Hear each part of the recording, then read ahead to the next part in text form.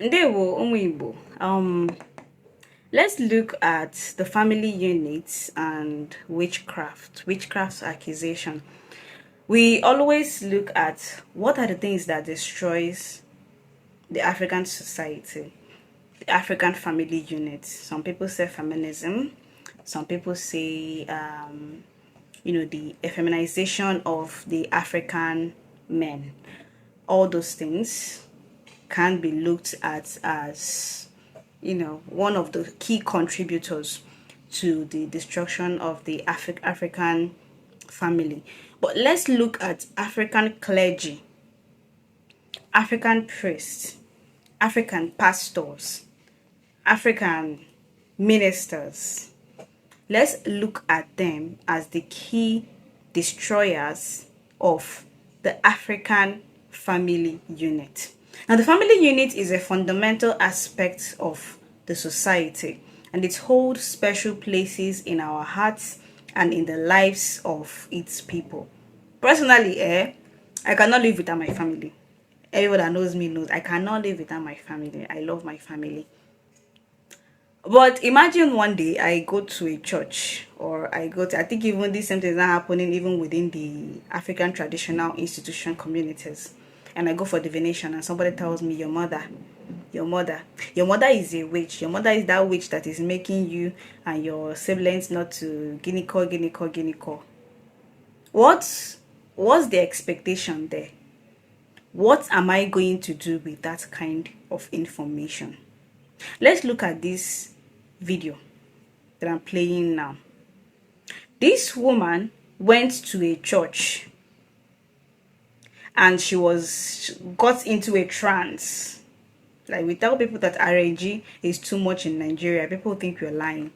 This woman went to a church to go and pray, whatever. Went into a trance and began to talk that her co-wife is responsible for the tragedies that is happening in the family. That the co-wife, the mother, I've forgotten the family relationship, is responsible for what is happening in the family.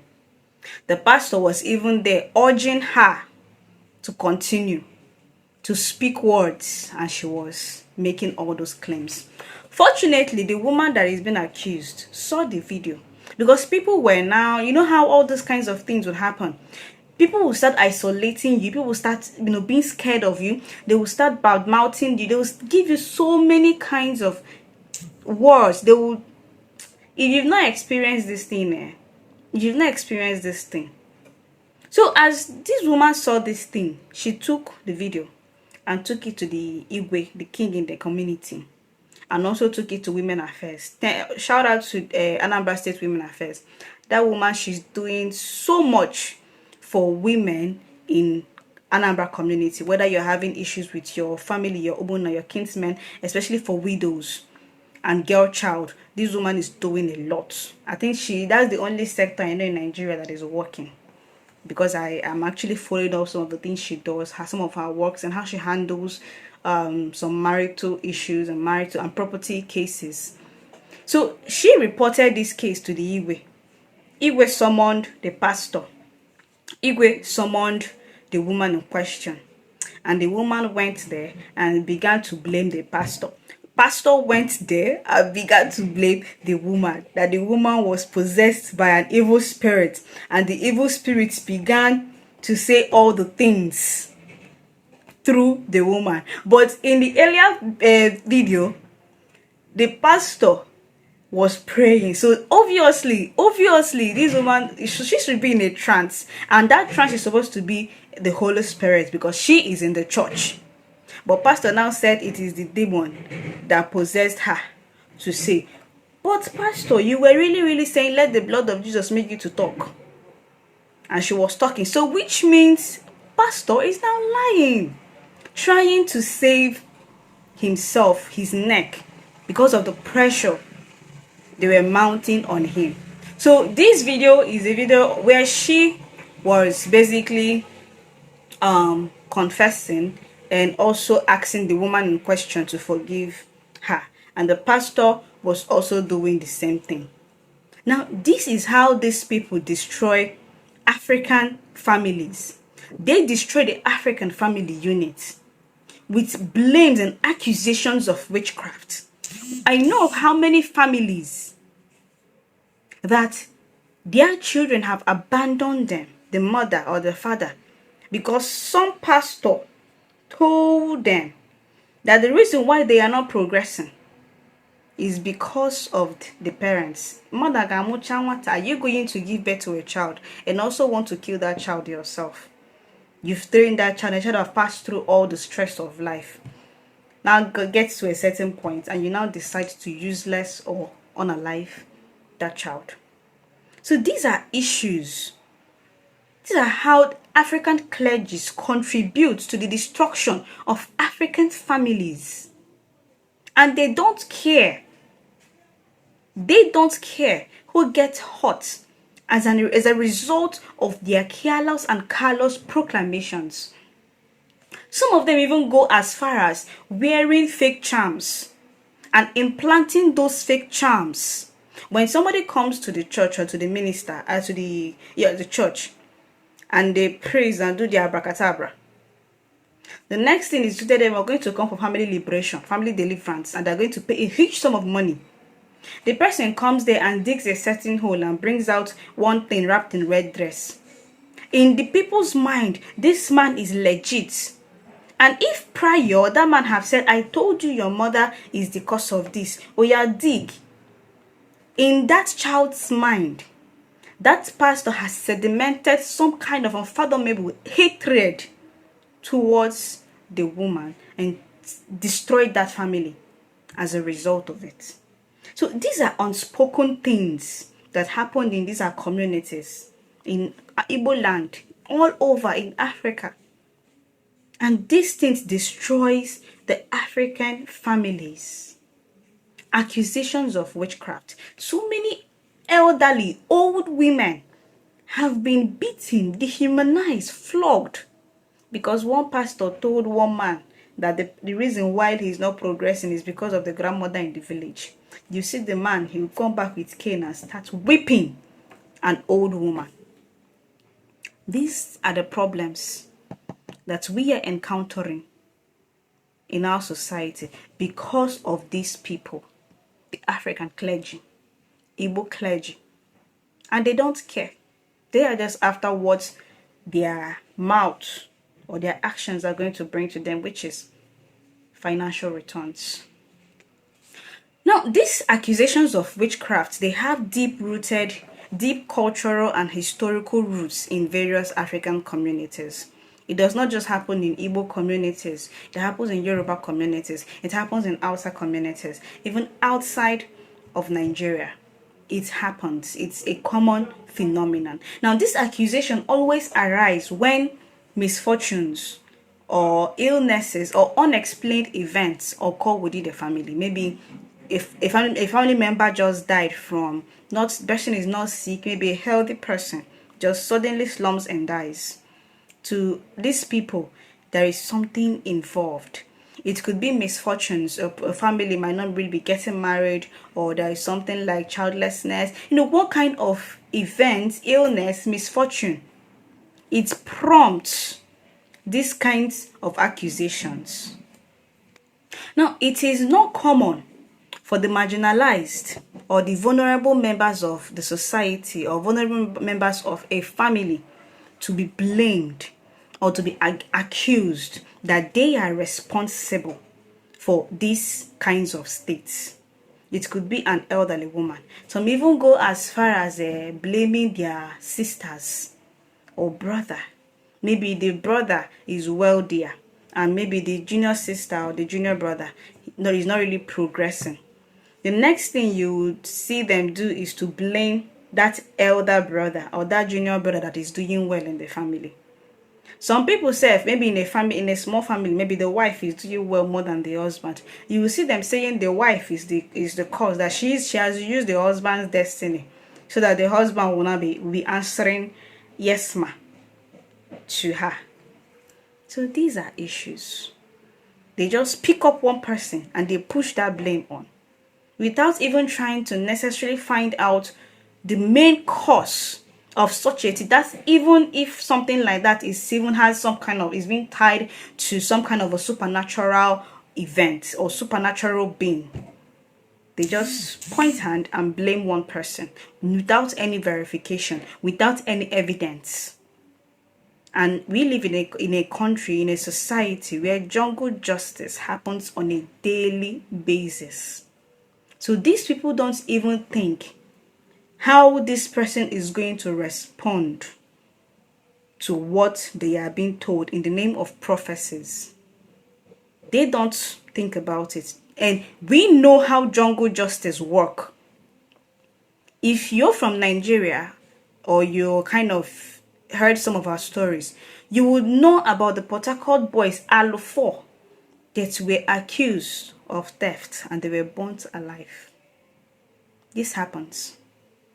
Now, these people don't care how people are going to respond to such accusations. They just go ahead and just say it out. Now, what are the impacts of this witchcraft accusation on the member of a family? Now, the consequences of this witchcraft accusation in an African family unit can be devastating. When a family member is accused of being a witch, they face severe social isolation.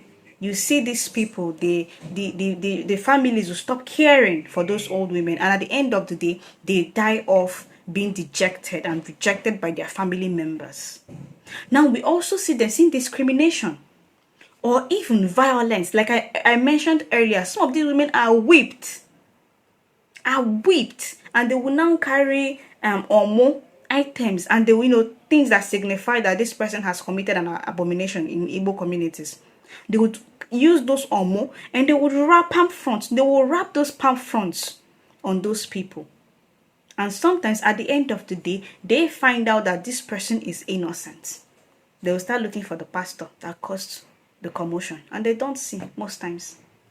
Now, in severe cases, these accused individuals are abandoned by their own families and left to fend for themselves, which often leads these people to homelessness and destitution. You will see a woman, the son, the daughter, they are in Lagos, in the city, or in other places. They are doing things for people, getting bags of rice and dashing to the orphanage, taking to homeless people, and doing all those things. But their parents are in the village, starving. And where is it coming from? A pastor said that they are responsible for their predicament. Maybe the people don't have any child, they are having issues with fertility. And they will tell them, it is your mother in the village, it is your father in the village. And any family member that aligns with that people and say, this man or this woman cannot do something like this, they don't care. They would clump you and say, enemies of progress. You're the reasons why this thing is happening. And you would see them, they would never want to hear from their family members again. You see the mother or father of a rich man begging for one derrica of gari, one derrica of rice to eat. How fair is this? If you're part of these African clergies that cause these kinds of commotion within the African family unit, check yourself. This thing you're causing, it would reach your door one day. It will come back to you. Continue. So how can we address this issue? How can we address this issue? Now, I also look at belief system. People were human beings. Everybody wants to attach him or herself to one kind of belief system or the other. It gives some of us some sort of a hope, or it helps us to feel connected to some cosmic being that we can pray to, and they would intervene in a problem or something that is bugging us. So when we say that, oh, disregard belief systems entirely, it's sketchy. This is why in Igbo system, our ancestors have this proverb. They will tell you, ofeke ina agbafa. Or sorry, they say, dibia na agbafa, ofeke ina agbuche. When the dibia is communicating with spirits through divination, afa, the uninitiated should do well to digest the information the dibia is revealing to him or her. Dibia na agba afa ofeke ina abuchi. You use your head to calculate, so you don't make these kinds of mistake. That's the essence of it. So how do we solve this issue? Now, the first step is through education. Promoting education and awareness about the harmful consequences of witchcraft accusations is vital. This can be done through community outreach programs, workshops, and awareness campaign. In my university day, I think either in my third year or final year, in my department, we had this conference, a witchcraft conference. It's from a sociological perspective. Just browse this conference that I just talked about. You would see what we saw then. It was a sociological discussion, but if you see the backlash from Christian communities, one even said if this program would hold, that he is no longer a man of God. The program held. And I attended the 4 days program. It's a conference, and the discussions that we had there was even focused on, trying to stop people from witch hunting innocent men and women. But the Christian community were seeing it as something, when you talk about witchcraft, they were saying, oh, we should change the name. They gave it so many interpretations out of fear. They did not change the name. We had that conference, and when I went there, somebody was like, sis, you came. Did you enter the conference hall with your back side, or did you enter with your front? It was very funny. But people has misread and misquoted that conference and give it whatever interpretation that they wanted. Now, religious reforms. Encouraging religious leaders to take a more active role in condemning baseless accusations of witchcraft and promoting a message of unity and love within families. Now, some people say, oh, but the religious institutions are against it. What they are doing is not enough. They have to do more. To tackle this problem, they have to do more. They have to put in more ginger, more effort, and more restrictions, punishments, and consequences for their members who instigate these kinds of accusations. And the only body that can handle it is CAN, Catholic Christian Association of Nigeria, CAN, CAN in Nigeria. Not even the Catholic body or the Protestant body. No, CAN. They are the only people that can handle these things. Now, the next one is legal protections. Now, this is where government and civil societies comes in. Government and civil society organizations should work together to enact and enforce laws that protect individuals from being wrongfully accused of witchcraft and subject to violence and discrimination.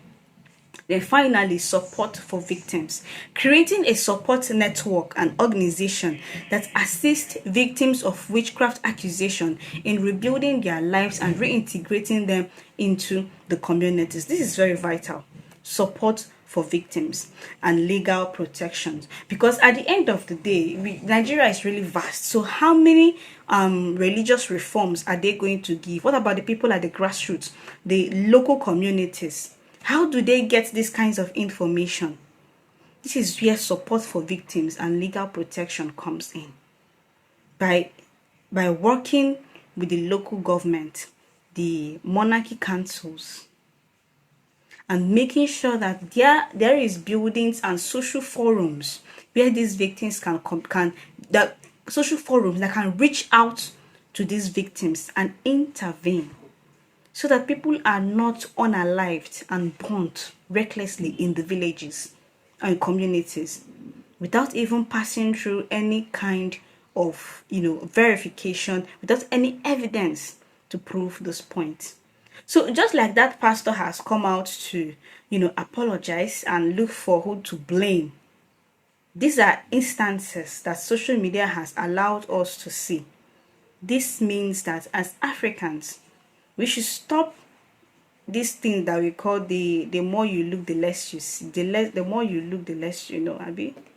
We need to start being active in holding our grounds and our senses in relating to these religious institutions or belief systems. Let innocent people stop being victims of, another person's whims and caprices. And until next time, don't forget to subscribe. Don't forget to join this conversation. Yagas there.